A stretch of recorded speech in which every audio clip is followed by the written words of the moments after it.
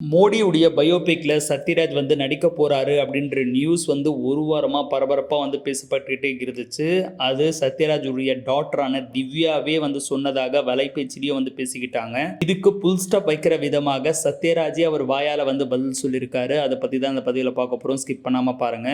விஜய் ஆண்டனி நடிப்பில் வெளிவர போற மழை பிடிக்காத மனிதனுடைய டீசர் லான்ச் வந்து சென்னையில நடந்துச்சு. அதுல சத்யராஜ் வந்து கலந்துக்கிட்டாரு. அதுல ஒரு நிருபர் நீங்க மோடியா நடிக்க போறீங்களா அப்படின்ற கேள்வியை வந்து எழுப்பினாரு. அதுக்கு சத்யராஜ் வந்து சூப்பரா பதில் சொன்னாரு.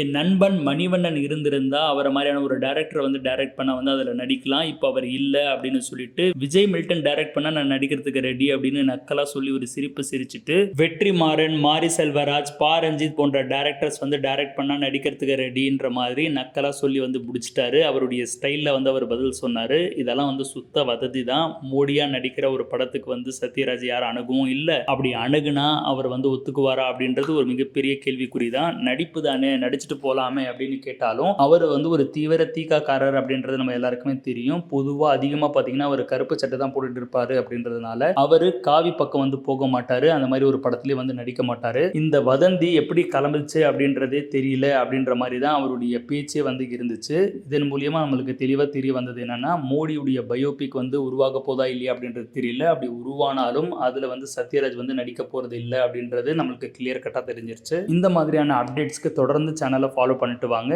இதுல உங்களுக்கு ஏதாவது கருத்து இருந்தால் கீழே தெரியப்படுத்துங்க.